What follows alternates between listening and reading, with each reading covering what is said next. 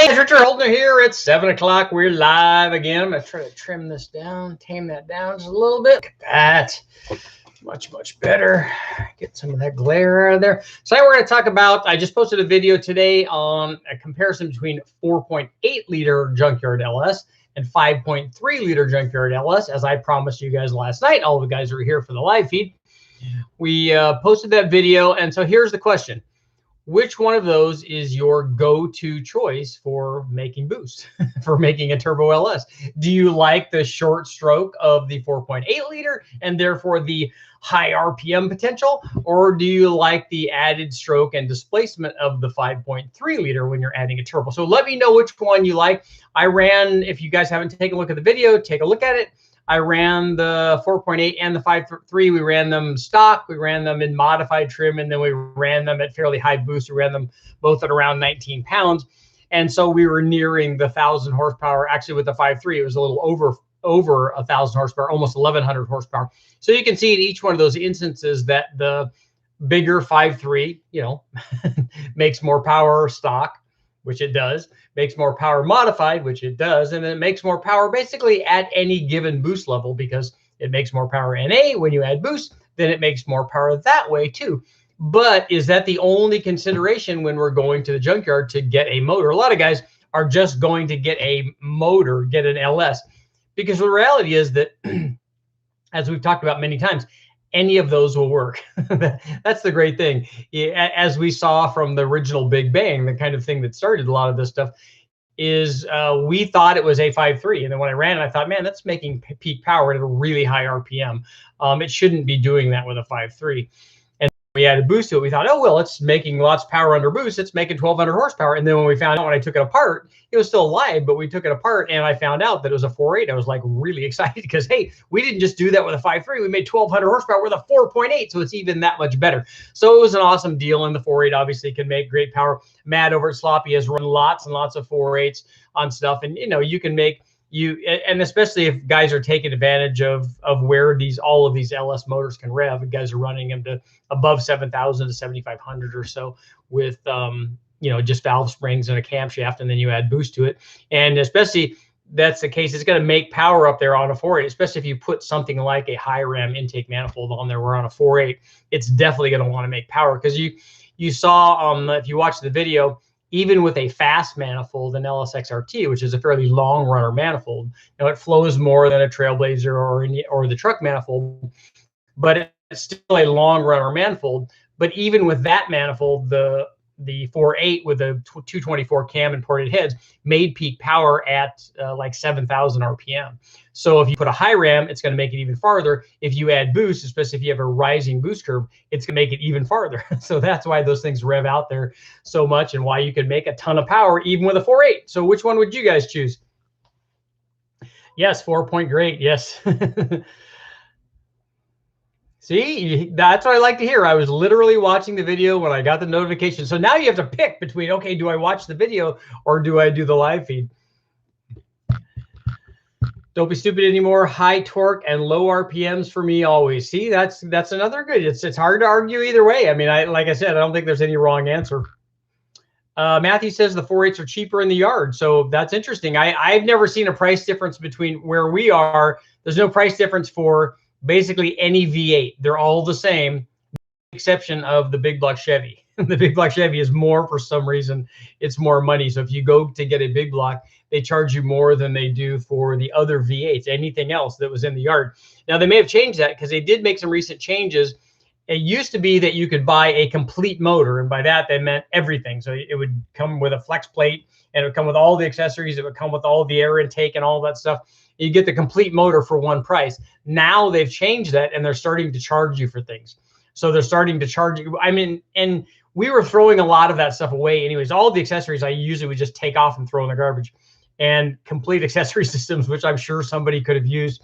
But now they're charging you for the air conditioning and the smog pump and the alternator and the water pump intake manifold. They're trying to nickel and dime you to death now, because they're just realizing that these things are really good deals, but they're making them less of a good deal by charging people more on this stuff.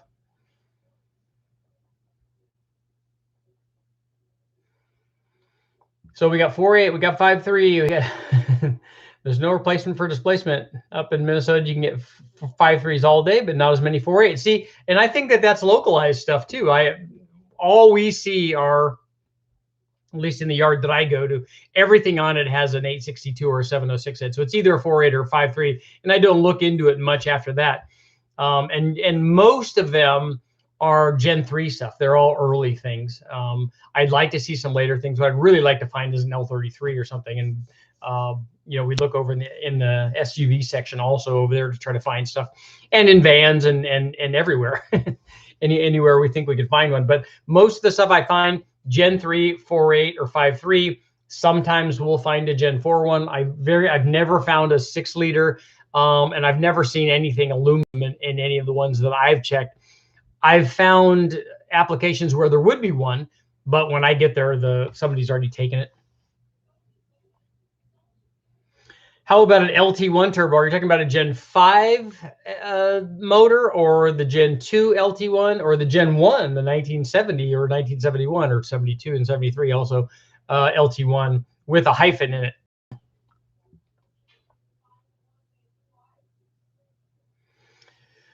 J-Rock wants to know, is there a weight savings between the 4.8 and the 5.3? I don't think so. I don't think there's any difference. I'd have to actually measure the rod and the crankshaft, but I don't really think that there is. The piston's going to be the same. The piston weight might actually be a little more on the 4.8 because it's not a dish piston, so maybe there's less material there. The rod length is more on the 4.8, so maybe there's more weight there. The crankshaft has less stroke, so we're thinking maybe that there's less there. But those are things that I actually want when I go down and I'm going to do some balancing stuff with the guys at L&R with Derek. I'm going to look at those things and weigh some stuff. Just try to get an idea so we can have more information. Jason putting twin 7875s on 6.2. That would work good. Dumb question, but do you run main studs on your LS stuff? If not, at what power level do you recommend swapping to studs? I haven't run main studs on any of the motors that we run, even the 1500 horsepower stuff. Now, maybe at that level you should, but I haven't. We always run the stock bolt on that stuff. How high can you spin an LS with a stock bottom end? That's not the bottom end that's the problem. Guys go to 8,000 or 8,500 on stock bottom end stuff. A lot in racing. It's the valve train. You got to make the valve train do that and not loft the lifters and all that stuff. It's got to be right to get it to spin up there.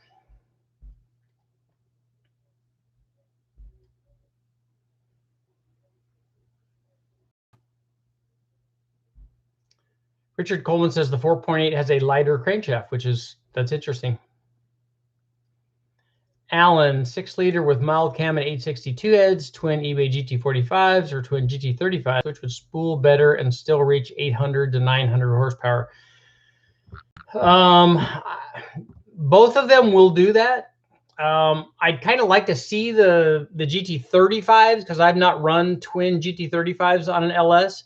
We know the 45s will go to 1,000.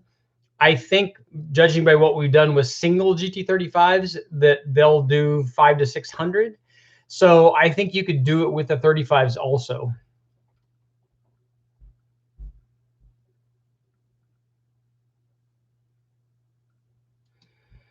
Brady, a Miata with an LS ended would be a lot of fun.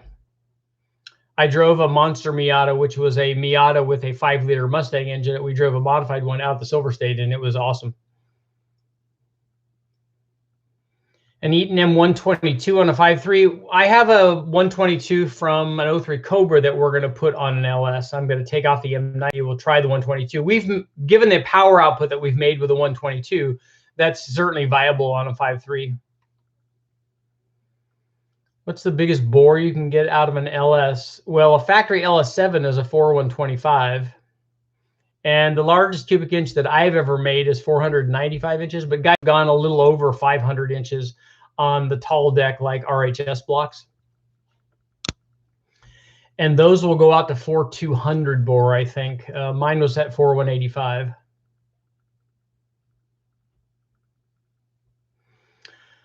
Are there any benefits to mirror image turbos? I think that that's just a visual thing.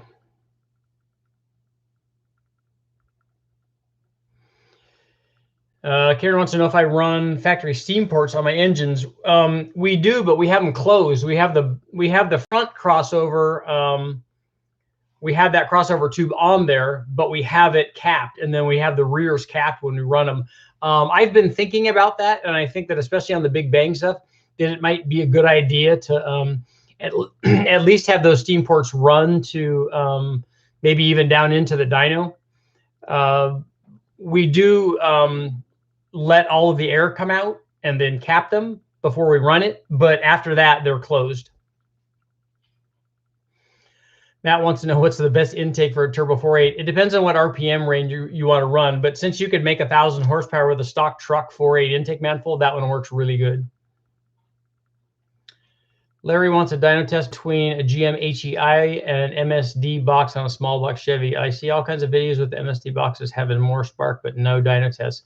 I think you'd be really hard pressed to find a power difference between an HEI and an MSD billet distributor, which we run a lot of because we have them at Westech, and like a 6AL. If you got up to where you were making lots of power and had cylinder pressure, or you had lots of plug gap and you were trying to run a turbo, then you'd start seeing a difference between the extra spark energy. But for most instances, especially on an NA motor, I don't think you'd see a difference between an HEI and an MSD.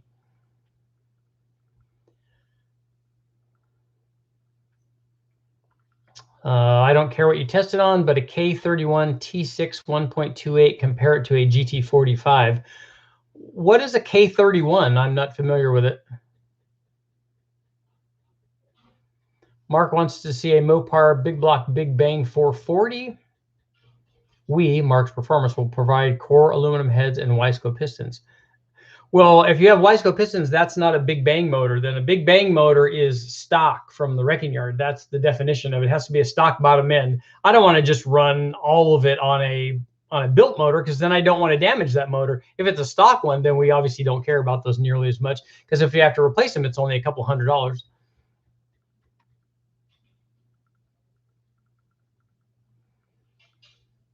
Chris, the Pro LS stuff works well.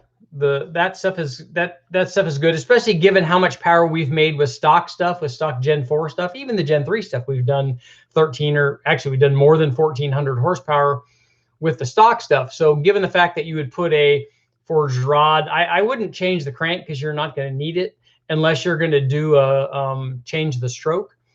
But you won't hurt a stock crank at most power levels unless you're really going nuts. But on an NA thing, you don't need it unless you're going to do a stroker. Forged rods and forged pistons are not a bad idea, and all of that stuff works well. Are we running standard or high volume oil pumps? Well, all of the junkyard stuff comes with standard factory oil pumps.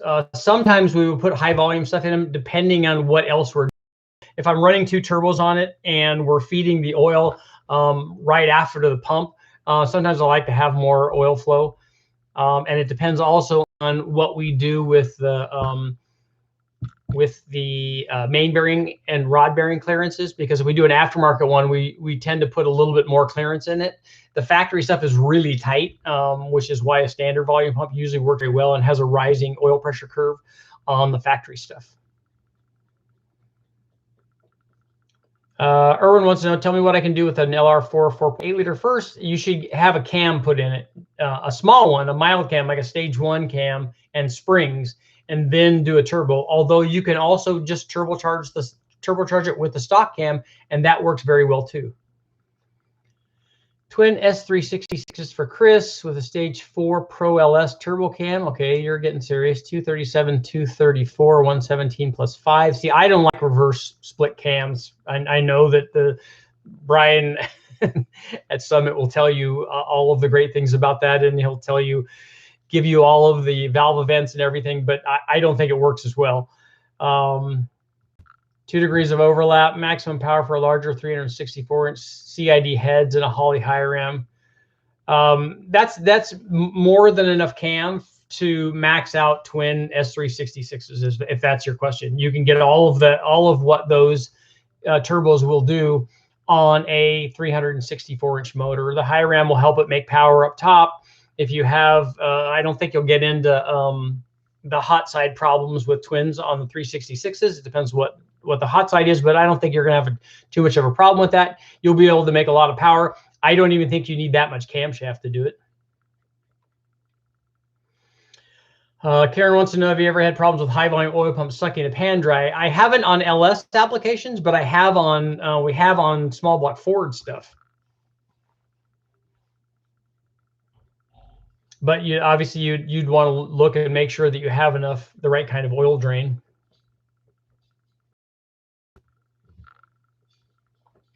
Simple Mods J35 are $150 here. That's a good one. You get me like 5 or 6 of them. So the K31 turbo is a 71102. That's a really swinging hot side there. 86, 80, 77 turbine, the T6. Okay, where does that turbo come from? What is it? Who makes it, and what application is it?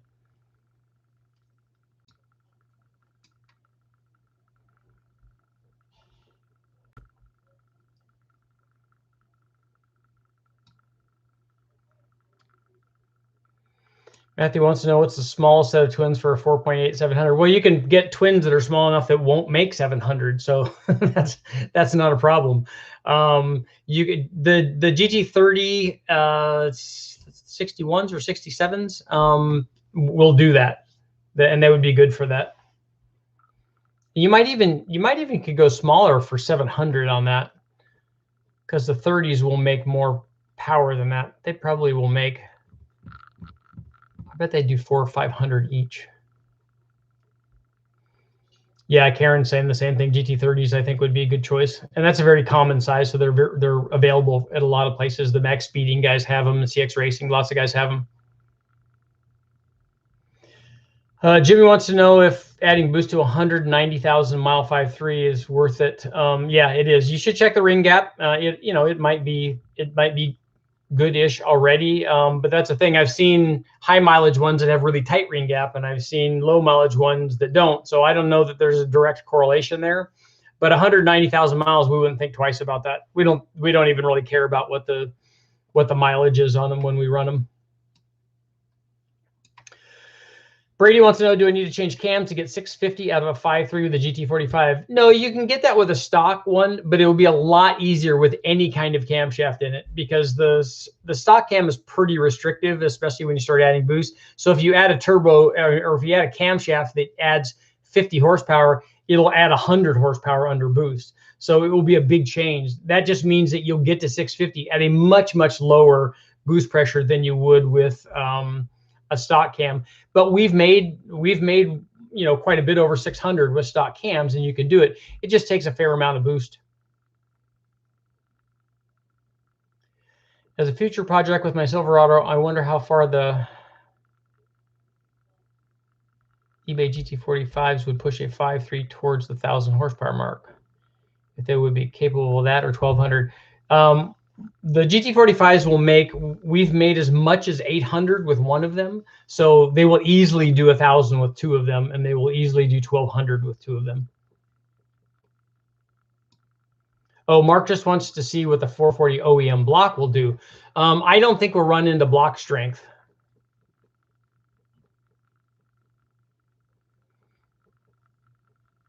Yeah, to make 700, the GT30s would be fine. Richard wants to know, what's a safe ring gap for a 6.0 if it has a 585 lift cam and maybe a future turbo. We like to go between 28 and 30 if we're going to run high boost, and almost everybody that runs low boost is eventually going to run medium and then high boost. So if you set it at 28 or so, it will be fine. Alex has a 6-liter LQ9. Are there any tips? Yes, put a cam and springs in it, and you'll be really, really happy.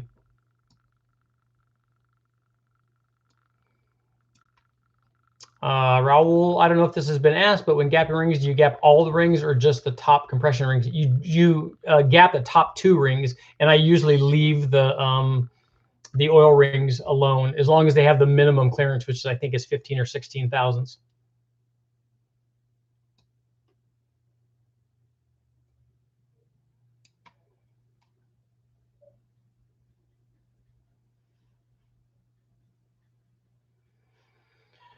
ProCharge from Mopar, you're watching David Vizard's. David Vizard, I like David. I've spoke with him a couple of times. His latest YouTube vid with bigger exhaust valves and smaller intakes is when you reverse split cams for boosted applications.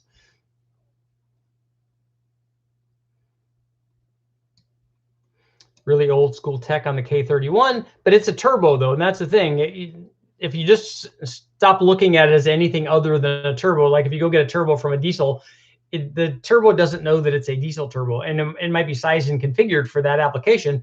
But if you take the diesel turbo and you put it on a gas motor, it will add boost to the gas motor. And the same thing with little turbos, like the little Volkswagen 1.8T turbos.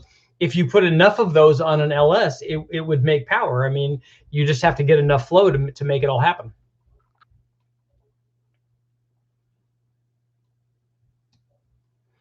I have an L83. Do I need to gap the rings if I'm going to put a GT45 on it? Gapping the rings is always a good idea. I would say that it's a good idea to check them. And since you're there and you check them, you might as well gap them because you don't know what they are. And if it's a stock L83, chances are that the gap is really, really tight.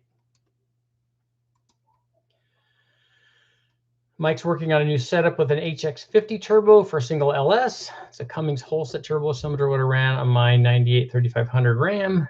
$78 on eBay. That's a good score for a turbo.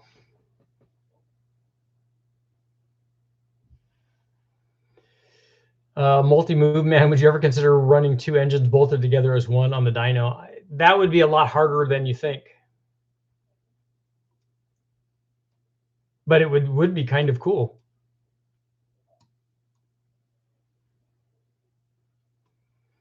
Any plans for a Buick Land Rover aluminum V8? I don't have any. I like those motors. I think that they're pretty cool. I don't see a lot of them,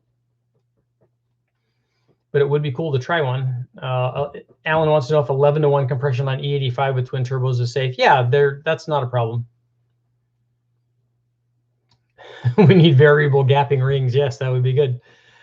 Yo, Alan, what's up? $4.99 in the $5 family.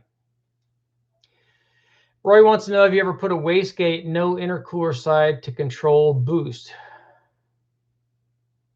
Oh, a wastegate on the cooled side? No. What we have done is on centrifugal blowers, we have put a wastegate or a blow-off valve and oversped the compressor, oversped the centrifugal blower so it has more boost down low, and then regulate it up top. And that was done for a specific class where they were regulating the boost pressure, but we just wanted more boost pressure and we wanted it to come on earlier.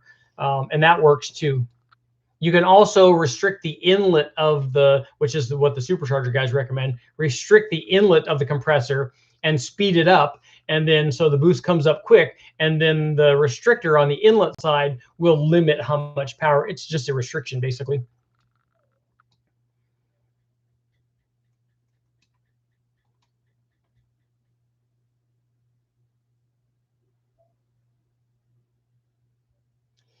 Richard, is it worth turning a? I don't know what A5385 LTO A57 means. You gotta. I think something's missing in there. You gotta let me know what that is.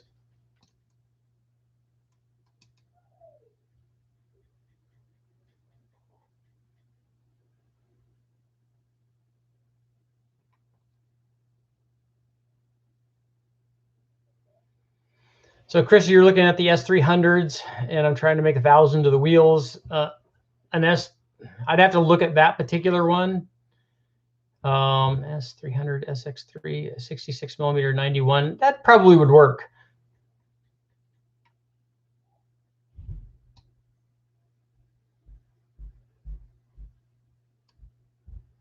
Where's the best place to mount a blow-off valve? The blow-off valve is always on the discharge side of the turbo, so it's between the turbo and the throttle body.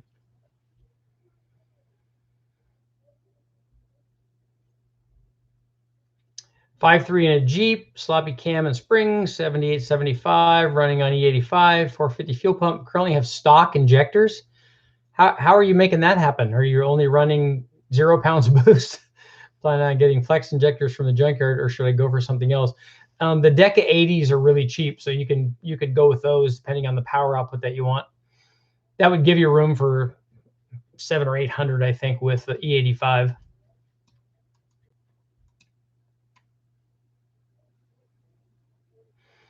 Matthew, I am going to run a change in diameter of the Y pipe that we run. Right now we have a 2.5 inch and it's open. I'm going to build a 2-inch divided so that we can also run it on a divided. We'll find out if the 2-inch Y pipe actually improves turbo response by running an undivided turbo. And then we'll also put a divided housing on it to see if we have if the divided tubes into a divided housing also further improves response. We should be able to do some cool tests with that. Scuba Sam, hello from Ely. Are you in Ely, Nevada? I've been out there a lot, out for the Silver State race.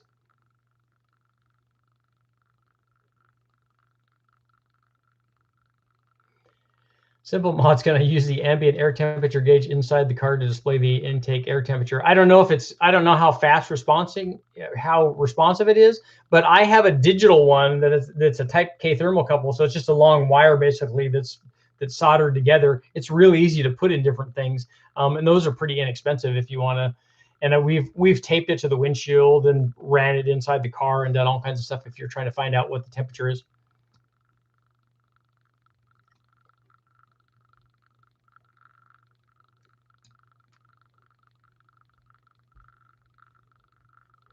Johnny Bingo, I have an LQ4 twin turbo issue and need help collapsing the intake boot. You're collapsing the intake boot between the turbo and the throttle body? You should never be doing that. Or are you collapsing the intake boot in front of the turbo? You just need a reinforced one. New King 70, I have not done an LT1 to LS1 coil conversion.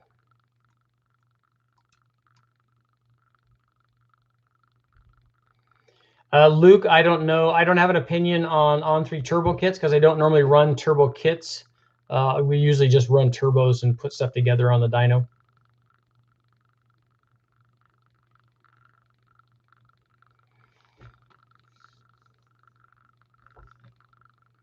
Brady Cook wants to know, how much does the exhaust affect an engine? I know on a carb it can change the whole thing. I think that you're talking about what effect headers have on a carbureted combination, and headers have a scavenging effect, so what they're doing is basically helping draw charge air in by drawing the exhaust out, and that has an effect on a carbureted combination, but it also has a power effect, and that power effect stays also on fuel injected motors as well. And all you have to do is add fuel for the extra power that you make for the gains that you would get from a long tube header, if that's your question. What are the symptoms by the Life Racing? What are the symptoms of too small of a blow-off valve? Well, you'd build up a lot of pressure between the turbo and the throttle body and the closed throttle body. It just wouldn't evacuate fast enough. And then what happens is if you don't evacuate it all fast enough, the pressure wave hits the closed throttle body and reverses backwards toward the spinning turbo and wants to stall the turbo, which is not good for the turbo. Alan, what's up? Alan's in the $5 club. $5 Chuck. Where are you getting? Where are you getting your Deca 80s from? And this is from CA434, the gentleman who's doing all of the work basically on the 4200 Atlas. He's doing the wiring harness for me so that we can run it on the engine dyno, which is awesome. And thank you for that. I usually just buy them online. I know Matt has places that sell them. The guys from VS Racing, I think, have a package that they put together, and they also sell them. Excel has the 80-pound injectors, which I think are the Decas also. So there's a few different places. Would it be worth stroking my 5.3 to 5.7 when I'm adding ring gap? Well, you would add bore size to go from a 5.3 to a 5.7. That's the only change. They both have the same stroke. I wouldn't do that if you're going to add boost. If you're going to make an NA motor, then yeah, go to the bigger bore and then put pistons in it and rods in it. If you're going to add boost, I wouldn't worry about it. You can just add all of that work, and that expense is just like another pound of boost, or even if it's 2 pounds of boost, it's not going to change it that much. You'll be able to make all the power that you want. Do you need a forged piston for M1? You need a fuel system to support it, definitely. And then most guys that are running M1 are running 1,000,000 pounds of boost. So then they do have forged pistons generally. Michigan's in the house. What's up? I'm sure it's cold back there.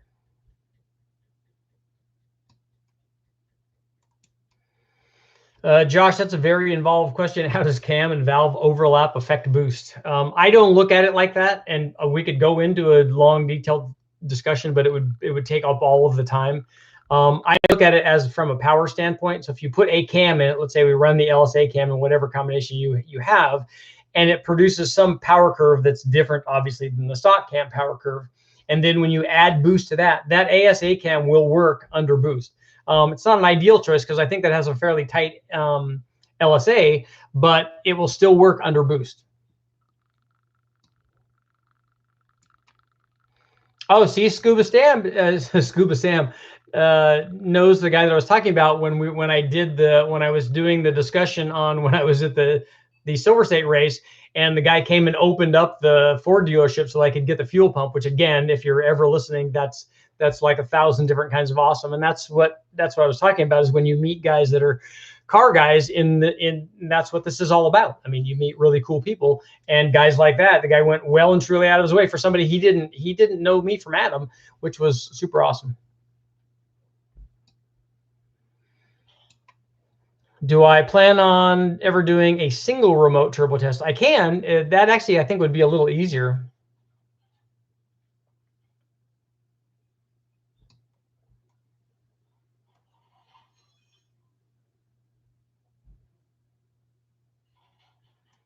Alan has an L92 going to the 469 cam and springs and wants recommendations for converter and rear gears for a 69 Firebird. So if anybody else can help him out there, I'm thinking you're going to be in the 2800 stall speed converter. And I don't know what the gears are because you didn't let me know what the trans is. But if you're really trying to calculate like mile an hour and power and RPM for a quarter mile thing, we need a little bit more information. Otherwise, you don't need a ton of gear in it. If this is going to be, if it's an NA motor, I would put a little more gear in it. If it's a turbo motor, I wouldn't put gear in it. A 342 kind of thing would work good.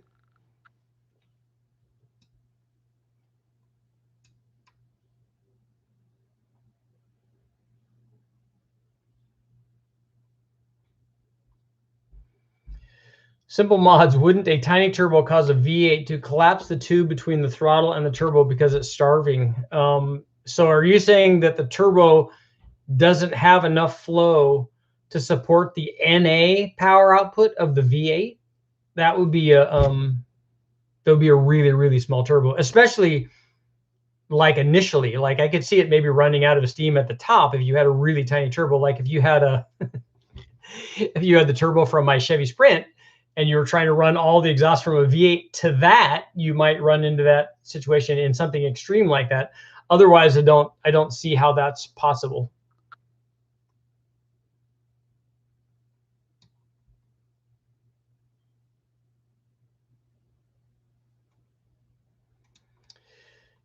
Would you consider running a Seagrave V12? I don't know what that is. I'm not familiar with that, with the Seagrave V12. Is it a marine motor?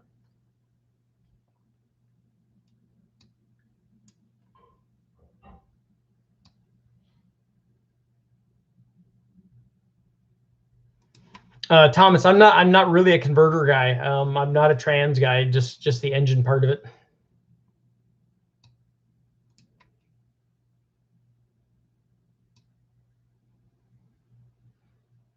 Yeah, the Circle D's guys are good. So if you talk to them, and you tell them their combination, they'll be able to hook you up.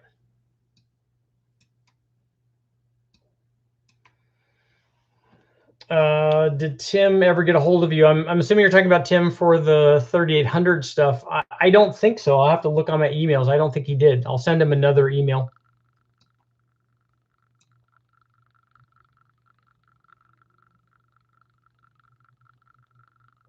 See, I was pretty close on my 2800 guess. Does exhaust size affect air fuel reading? 4 inches of tube, 24 inches of length, O2 around 12 inches at the back. what you'll affect is not usually what the reading is, but when you get the reading relative to RPM. So if you have a really, really long exhaust, the reading that you're seeing on the dyno for RPM and horsepower might not correlate exactly with the air fuel reading that you're seeing. So when you trace the air fuel and you go, okay, it's 12.6 at 5,700 RPM, the air fuel reading might be lagging behind the actual RPM. But otherwise, the amount, like the air fuel reading itself, doesn't seem to change. The 4.3 liter V8 is hurt, so I'm gonna have to fix it or get another one.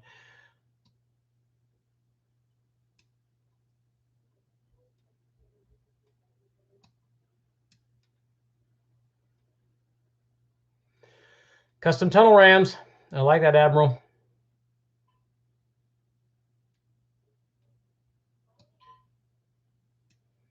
See, I'm learning stuff about a Seagrave V12. It's a fire truck engine.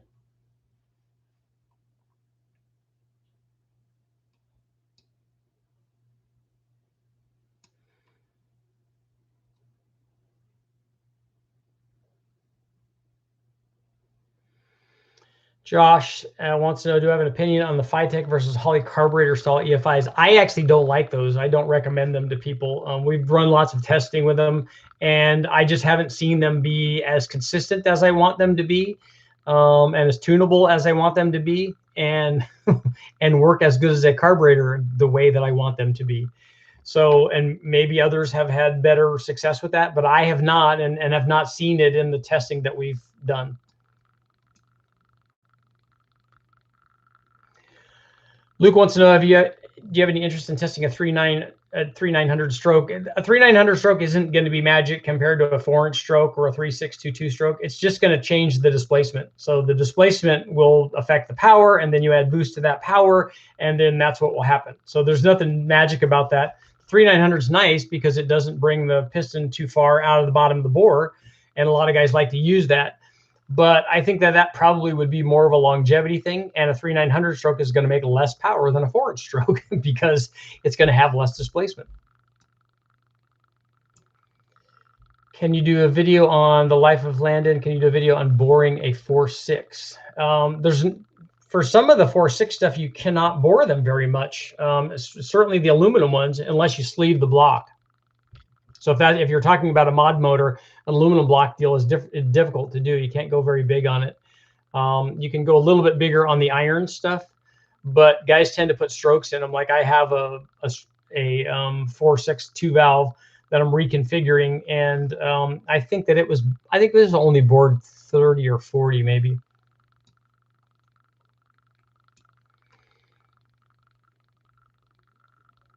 Tips for running a Superflow 902. I run it a lot, but really the guy to talk to about that is Brule. He runs it every day, day in and day out, so he has a much better feel for that. Justin, you want to know what a twin turbo is?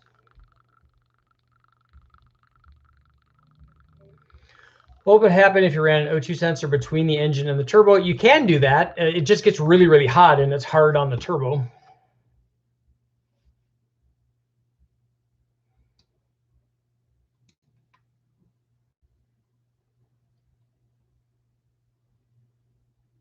Yeah, Ryan wants to know if there's any other tests I'm excited about. Yeah, it's always the next one. I think I'm going to be going down this weekend and running the Cadillac supercharger on the 4.8. So that's going to be really cool. I've never done it before, so it will be interesting. I'm excited about getting the 292 back up. I'm excited about the 4200 Atlas motor. I'm excited about all the new stuff. I mean, I love putting an LS up there, and like I want to do the Y pipe change and find out if the smaller Y pipe actually improves boost response. That will be kind of cool because I haven't done that yet, haven't done that specific test yet. But I've run lots and lots of LS tests, and as much as I like putting it up there and finding out these new things, some of the newer stuff, the different stuff that I have to figure out, problem solve, and the 3800 I'm really excited about. I'm most excited, even more than the Big Bang possibility, I'm most excited about it, and I know that it's not going to do great things, but I want to run the turbo through the blower. Just like with a compound setup, a compound turbo deal, it's just exciting. It's just cool. even if it's not the most efficient way to go.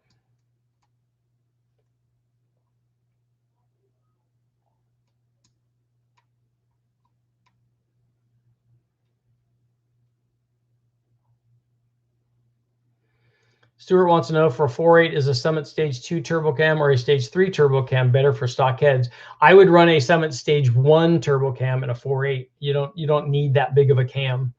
You can make 1,000 horsepower with a Summit Stage 1 cam.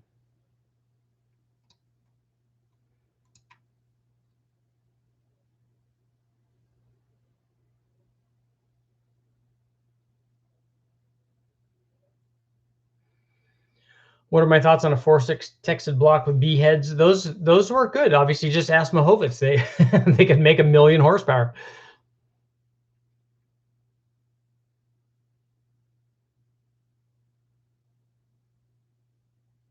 Andy wants to take a moment and recognize the Gen 3 Hemi. Is the LS era over? I think that probably not. I have never done a big bang by the Life Racing. I've never done a big bang on a Vortec 350, not yet.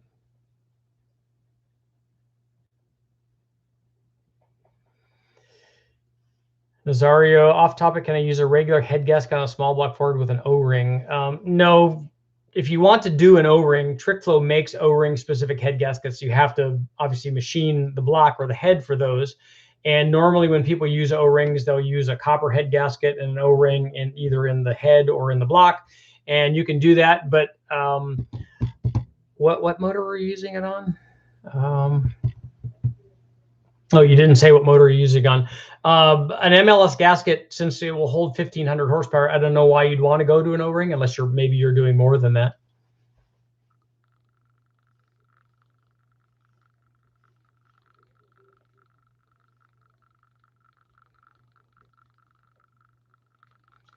Stuart says the cranks flex on the 4200 Atlas motors above 400 horsepower. That'll be interesting.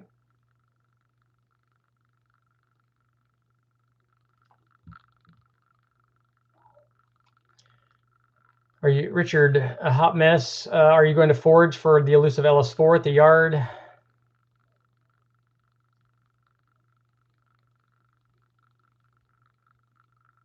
I have an LS4 intake manifold, so I'm halfway there. And then if your question is, am I going to use the bell housing off of that? I probably am just going to get a bell housing from a T5. I think that they used in the V6 Camaros, because that just unbolts from the trans. It'll be a lot easier.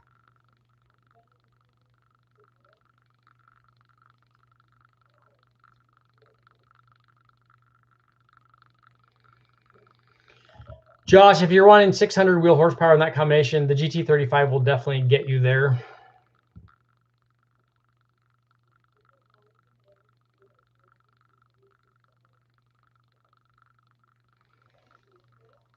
David wants to know, what's the best first V8 to work on? Any of them.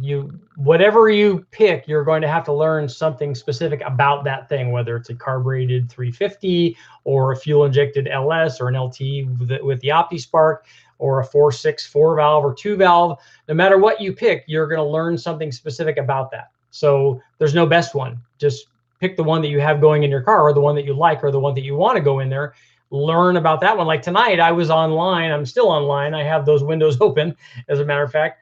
Learning about 2.2 Chrysler motors. I wanted to find out what size injectors that they are and what the programming is, and things to how I can, control it to make more power. And because I don't have a lot of experience in that, but luckily for us, all of that information's online. And unfortunately for me, I waited too long, and that Dodge Spirit that I wanted to buy is now gone. So, but they do have a charger, and it's kind of cool because it's a T1. It's the first gen turbo stuff. So it's the 146 horsepower deal, which is good because then it allows me to already add other things. I can add an intercooler and go up and boost and do some fun things with it.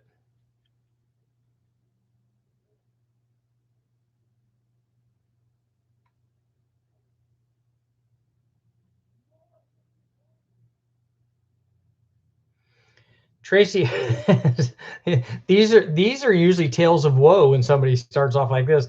6-liter head and cam, 76 turbo, went to the dyno. They put a quick drive tune in it, and then went up in the street and smashed it with street tires 3 or 4 times, 20 degrees on pump gas.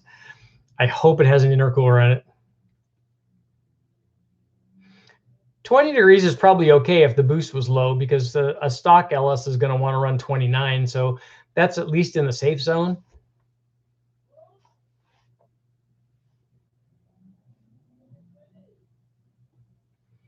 FBI wants to know, does a chassis dyno, how does a chassis dyno compare to the engine dyno? Is there any difference in load? Yeah, there is, and it depends on what kind of chassis dyno. There's lots of different kinds of chassis dynos, and there are different kinds of engine dynos as well.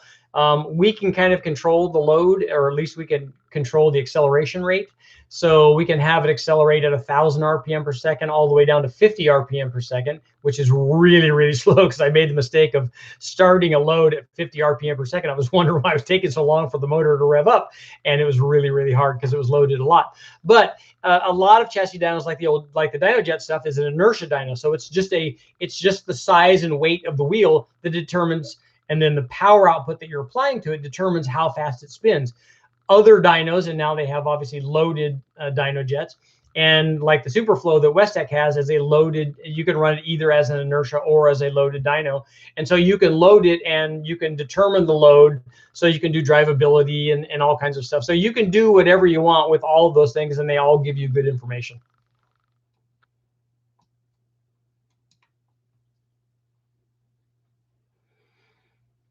Yes, I can order the Daytona with the 2.2, but I was looking through all that. But the cool thing is that along with that charger, they also have a Turbo 3 engine and trans, which I could transplant into there, or I could separate them and maybe run the 2.2 turbo, the Turbo 3 motor on the engine dyno.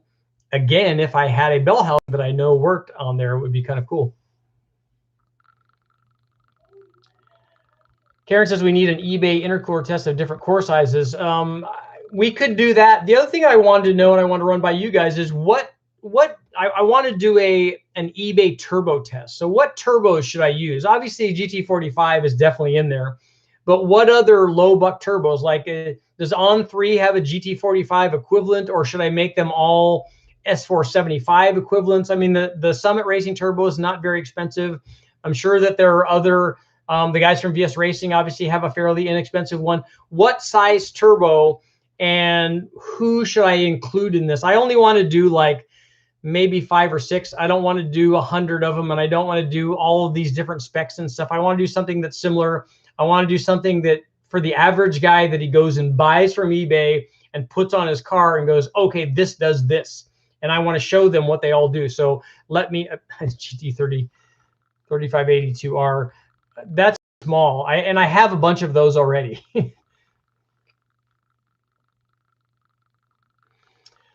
Alan wants to know, why don't you use E85 at 14 to 1500 horsepower? We use 118 octane race gas. E85 doesn't have that much octane, and so we just didn't want to take a chance on detonation. I honestly don't know, and have never had anybody tell me what the limits are for like 118 or 120 octane race fuel versus E85. Most guys that are running really, really big power are not doing it on E85. And when I say really big, I mean they're running 35 or 40 or 50 pounds. They're not doing it on E85, at least not that I know of. And that's why I did it, because I know race gas and didn't know what the limits were on E85. I like E85, and especially for low and medium boost stuff, it seems to work pretty well.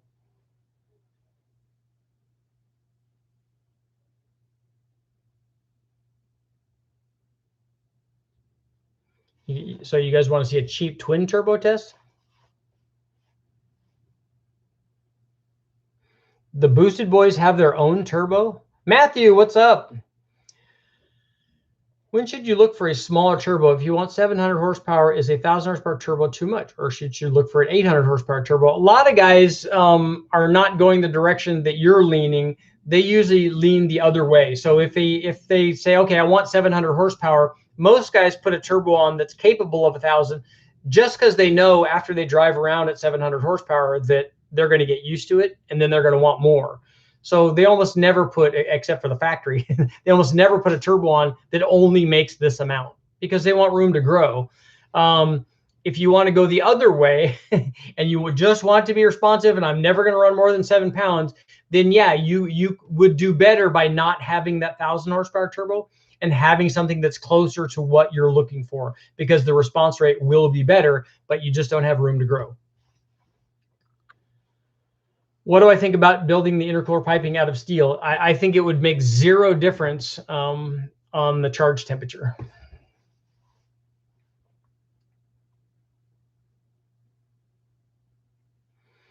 Brian said he just picked up a 5.3 for 220 bucks. Congratulations on your find. What should I look for in terms of wear? If you're, I wouldn't, if you're going to take the motor apart and look at and change the ring gap, then definitely look at the bearings, see what's going on with them. Look how scuffed the piston walls are. Move the rod around and see if it's bound up. When we do rings, we also take the oil ring out, and I just clean all the sludge out of all of the ring grooves, because there's going to be a lot. It's all burnt in there, and it's hard to get out. So we chip it away usually with a screwdriver and get all that stuff out. And I bang the oil rings on the on the table to get all the loose stuff out, and then we put them back together. But feel the rod and the piston, feel the movement on that, see if it's bound up. We oil that before we put it back together. It just makes me feel better. Probably doesn't do anything. Look at the scuffing on the side of the piston. If you need to, hit it with a little bit of Scotch-Brite or something. And then also look at the bearings, see if they're bad. You can look at the cam bearings. I know Matt says never to do that, because then they'll definitely be bad. Look at the rockers, feel the rockers, see how they move. Also, as I said, turn them over and look at the pushrod cup. That's usually going to be shiny and have a lot of wear to it, which I think can cause valve train noise, because if some wear and some don't, you have differences in effective lash or effective lifter preload. I know that they should have enough preload to where they should never get lash, but they definitely will be different, because we see some, I'll take some off and go, well, 6 out of those are perfect and 2 of them have lots of wear. So they were not getting as much oil as the other ones.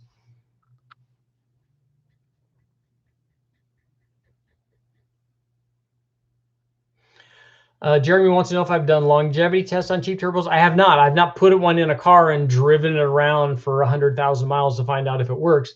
I can tell you that we have the same turbos that we ran back in 2010, the T76s from CX Racing that we ran on the Big Bang stuff, and we've run them on lots and lots and lots of motors. And when we don't run them, we just throw them down the ground and kick them around usually. I don't store them like in a hermetically sealed shelving unit or anything, so they're not treated very well, and they seem to keep working. One thing I do before I run any of these turbos is if we mount the turbo on the exhaust manifold or on our little fitting on our Y pipe, we have an oil can, kind of like the Wizard of Oz, like the Tin Man, and I will squirt oil into the turbo and spin the impeller. And so we'll get oil going to everything before I start anything at all.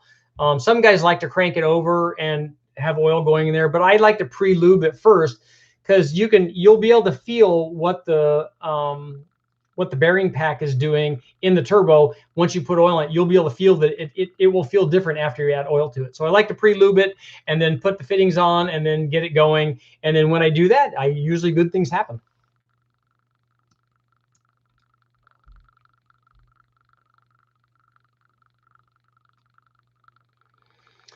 Does it ever make sense to turbo an engine versus NA to make the same horsepower? So you want to run an NA motor and a turbo motor, but have them make the same power? You shouldn't do that. You should run the NA motor and then add boost to that and make more power.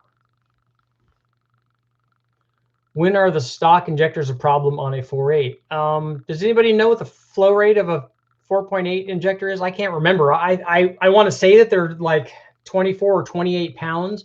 So if you multiply that number by 16, you get a fairly good idea on how much power they'll support. Michael wants to know, yeah, $4.99. Did you ever reuse bearings? And yes, I reuse bearings all the time. If I take when I take the motor apart to do the ring gap, all the used stuff just goes in. I mean, I clean it off so that I don't have a bunch of dirt and debris on it, and then we put oil on it when I put it back together. But I always reuse the bearings if they're in good shape. I always reuse head gaskets. I don't reuse head gaskets usually from the wrecking yard. No, I reuse head gaskets like if we're doing a head test and I put a new set of head gaskets on, I will run those head gaskets on 10 sets of heads. But I don't usually reuse head gaskets from the wrecking yard, because when we take that apart, when the heads have come off like for the first time in 200,000 miles, you usually destroy the head gasket. So that's why I don't reuse that. I know Matt has done that and he's put it back together and it works. And I think having anything in there that you bolt down stops a lot of what's going on. That's just one of my things. Just like I always use ARP head studs. I don't very rarely, well, I say always, I have run stock head bolts on it because that's all we had at the time, and we've made them work. But I like to put ARP head studs in it. I like gaskets. I also like to spend a little bit of money on good wastegates because I've had problems with bad wastegates, and it's not good. Reckless Bob, what's up? That's a great name. I'm building a cheap track car. I want a high revving LS. What would you recommend as a setup, and what would be a safe rev limit for a decent light? So you want a high RPM one, but it's got to last. It's got to last every race for 6 years, and that's a hard combination to have. Any of the motors will rev to what you want to rev them to. Let's say that you wanted to go to 7,000 or 7,500. A 4.8 will do that. A 5.3 will do that. A 6.0 will do that. What you'll find is that the bigger the motor is, the less you will need to do that to make the power that you want. I'm of a mind, and this is what I ask people when they ask me what cam they want to use, what intake they want to use, what turbo they want to use. I always ask them, how much power do you want to make? So instead of saying I want to rev the motor because I'm racing it, it's a track car, how much power do you want for your track car? So if you say I want 600 horsepower, okay, well then we have to do this and this and this. If you want 500, then we don't have to do a lot of that. We can do other things. And so the power output that you want is going to determine how much RPM you're going to need to run on given displacements. So if you want 600, you have to run a lot of RPM from a 4.8. You have to run a little less from a 5.3 and not a whole lot from a 6-liter, still somewhere near 7,000. But it will be a lot easier to do that with a bigger motor. And contrary to what everybody tells you, I know that they'll tell you different things. The higher that you rev the motor, the shorter that it's going to last. It's not going to last as long at high RPM as it will if you run less RPM. Matt wants to know, are LS9 gaskets too big for the small bore 4.853? I've run them before. I don't like them because they're quite a bit bigger than the bore is on those small bore motors, but we've run them a lot.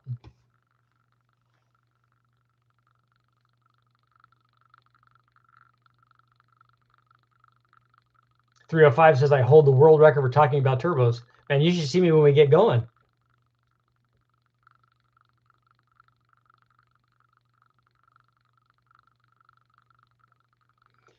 Tracy wants to know, what do you prefer on a 6-liter head cam, turbo, Phytech, or Holley? I only run Holley stuff.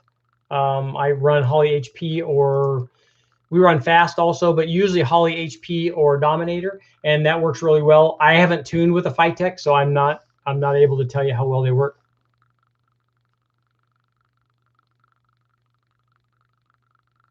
I have not. Have you ever tested, Steve wants to know, have you ever tested twin scroller divided housings? I've run lots of divided housings, but I've always run them on an undivided Y pipe. So I wasn't taking advantage of what the divided housing has to offer, I don't think, which is why I'm building this new Y pipe. Wayne says 21.7 pounds an hour. Okay, so a little less than I thought. So they're not going to support a lot of power.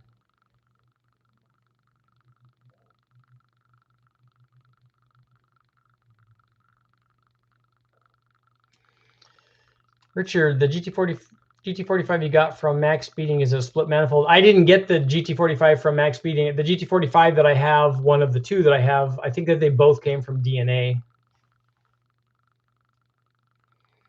Adrian wants 550 horsepower. What turbo on a 4.62 valve? It'd be interesting, I think, to try a GT35 on that, but a GT45 would certainly do that.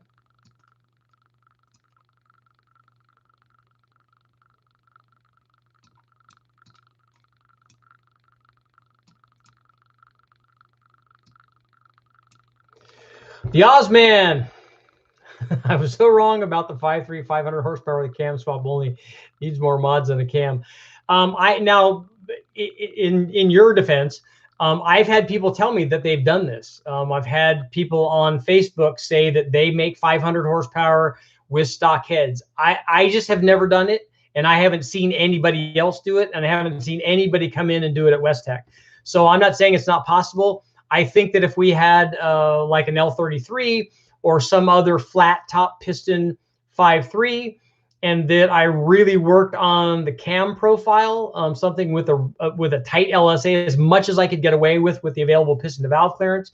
And I think even using I'd like to kind of try a milled 799 head and see if that would get me anything more at the top than a 5.3, like a 706 or an 862 head would, a stock one. But then if we mill the head, it's not going to be stock. That's going to be a modified head. And then I don't know, maybe a high RPM intake, maybe a Super Victor with a carburetor, because a carburetor will add a little power. Maybe there's a way to do it. Like I said, I just haven't done it yet. Every 500 horsepower 5.3 that I put together always had ported heads on it, and then it makes life a lot easier.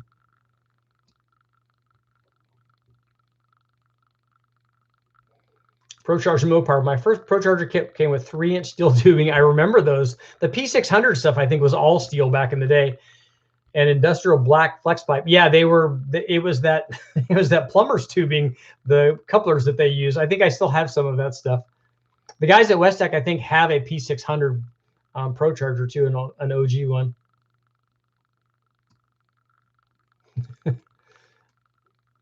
Yes, Lisa. Lisa does hear me muttering stuff to myself all the time. I talk to myself all the time. I just walk around and I'm monologuing. They just shake their head. Here's the $1 million question. What is a safe boost level on a 5.3 on a stock 5.3 with 91 octane? I don't do a lot of 91 octane turbo testing. And I can kind of paraphrase Matt over at Sloppy because he does a lot of that stuff. But he's saying if you run, 13, 14 pounds with only 13 or 14 degrees of timing, then you can get away with that stuff on 91. But I don't like correlating a boost level to an octane level because it's much more complicated than that. I know that those are the two of the big things, but it also has to do with cylinder pressure and what the detonation threshold is on that particular combination because of the kind of carbon buildup that you have and what the quench is on those heads that you're using and the other problem is when you run it on 91 octane, you also take timing out of it. So when you retard the timing, you have a lot more EGTs and that creates detonation. So you have a lot of things going against you, which are bad. Josh, what's up? Anytime, man. And whenever you need cam help, you just ask. I'll tell you if I know, man. Tracy wants to know what kind of pistons and rods do you prefer on a 6-liter iron block? The ones that came in it work really, really well for most stuff. Otherwise, lots of good stuff out there. There's if you think about how much we do on stock stuff, anything that you put in there works really, really well. Just make sure that they're good. Like the Bullet Series stuff from CP and Carrillo works really, really good. The K1 stuff and the Wiseco and the Summit stuff, all of that stuff I think is really good and is a big step up from the stock stuff, which was already good.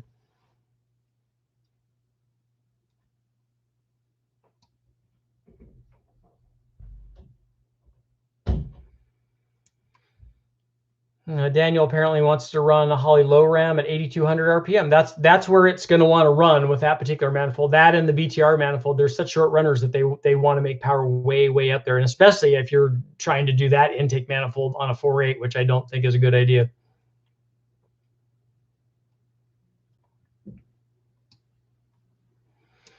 Josh said, Richard, the one thing I haven't heard many people talk about are mufflers behind turbos. Well, you'd have to use a turbo muffler, obviously.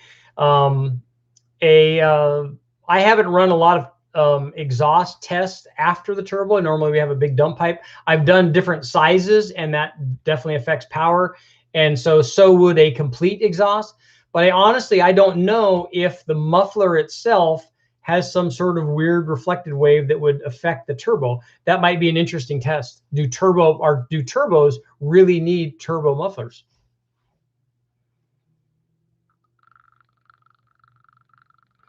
Yeah, see, Stavaro's Pro, the Spirit RT engine was a 4-valve Lotus engine. Yeah, the Turbo 3 engine is really, really cool. And it was rated at 227, I think, and it's pretty good, easy to get good mods out of it. It's got a 4-valve head. It like had all the cool stuff going for it.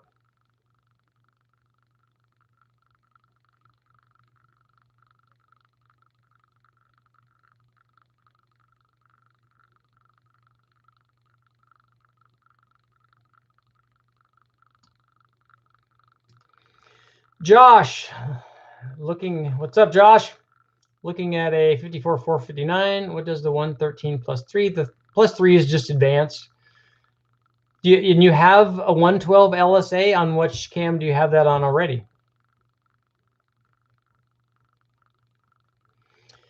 Dan wants to know, is ring gap needed running a 100 horsepower shot on a 455 occasional drag car? I ran like, I don't know, 50 bottles worth of nitrous on my Mustang, and I never looked at the ring gap. So it obviously is possible to do that without looking at the ring gap. And we did get a Junkyard motor when Kamikaze came out, and we did the nitrous shootout on the dyno with two 5.3 motors, and I didn't take those apart either. So it's possible to do it. It's also possible for it to break, but 100 shots shouldn't be a problem. We were doing 300 shots. We were doing all that it would do. We kept putting jet in, and it wasn't adding any more power. So we were at the flow limit of either the plate or probably the solenoids also, or something that was limiting us because we couldn't get any more nitrous to it.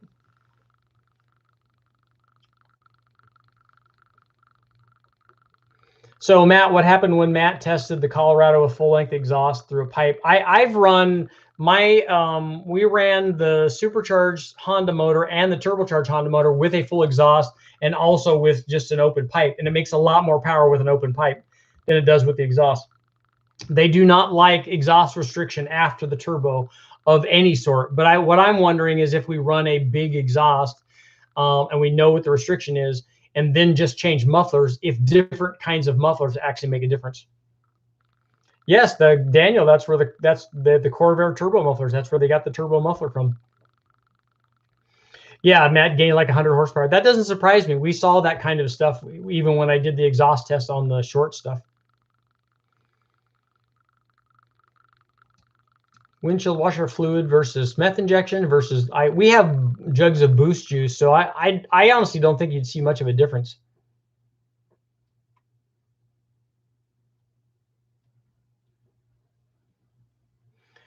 .440 Racing, what are your thoughts on the oilless turbos? I've only ever been involved in one test of those, and they were from the guys at Comp Turbo, I think. And the ones that we tested were early on, and they destroyed themselves. So I think that they have this that problem solved, and if they work, that would be awesome. When we were testing them, they just weren't up to snuff yet, but I think that they've got that taken care of.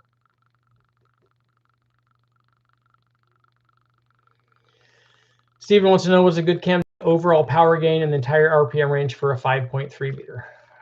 That's hard to do, but really any cam like the torque cam from Brian Tooley or Stage 1 truck cam would probably give you power almost everywhere.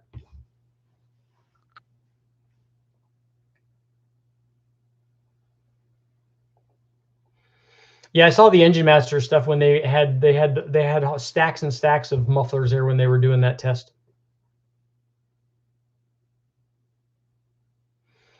Josh, that 459 cam will make more power than that TSP 216 220 cam.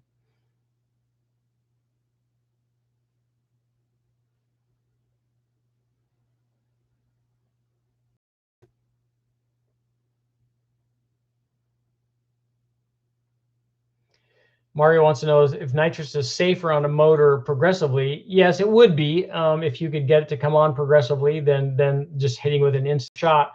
One of the problems we see is when you hit nitrous, you get a momentary lean spike, and that's kind of what we call the danger zone.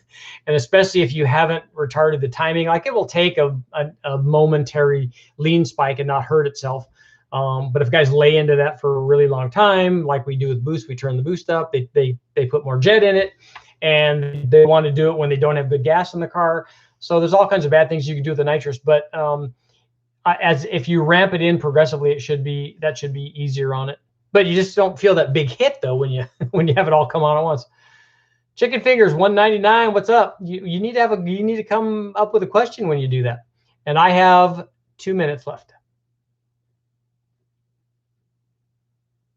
Yeah, Lint's in the house. Got the show tonight. What cams are you planning on running with a 3800? They will not be custom. I want to do shelf cams. We want to do cams with the guys from ZZ Performance. They have some, although I don't want to run their turbo or blower cams. I want to run their NA cams. And I'm sure that they're going to want to fight with me about that, but that's what I want to run. Gen 1 small block Chevy, 4788 T6 turbo, Brodix 230 head bullet cam, 778, 748. That's a fairly serious cam. 268, 272, 115. Any tips? Have you run the motor NA? If you've run the motor NA, then you should know what it does. I ran 2 bullet cams. We did it with a blower. We didn't do it with a turbo, but I ran the NA cam and we ran the blower cam, and the NA cam made more power than the blower cam NA, which we expected. And the NA cam made more power than the blower cam once we added the blower. So whatever cam you have, it makes more power. NA, there's a really good chance it's going to make more power under boost. I don't know that you need a 778 lift cam and 268 degrees of duration to make really good power with a small block with turbos on it, but it will work. Hyundai Tiburon V6, those are cool. With a 125 shot on it, 772 in the 8th, that's good. 2 minutes means 2 minutes. We have 30 seconds left. Okay, last question. I have a question. Chance, how much horsepower will a stock twin turbo 454 big block Chevy make? Take a look at the Boneyard boost, and there are other big block Gen 6 twin turbo combinations up there, and you can take a look and see how much power they make. They make pretty good power, especially if you add a cam. I got to get going, guys. Thank you for tuning in. I will see you mañana.